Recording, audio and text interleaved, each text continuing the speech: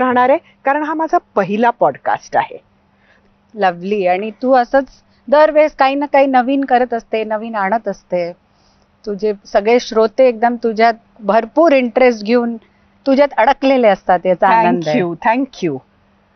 अमृता, वर्षामध्ये घर वापसी झाल्यावर कसं वाटतंय? छान वाटतंय. परत आलो वर्षावर आणि सन्मानाने आलो. पूर्ण बहुमत चांगलेलं आलं, त्याच्यानी आलो तर खूप छान वाटतंय.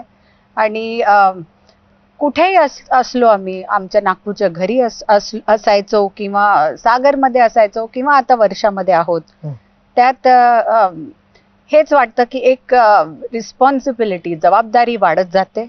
आणि काम करण्यासाठी आम्ही इथे आहोत, लोकसेवेसाठी आहोत.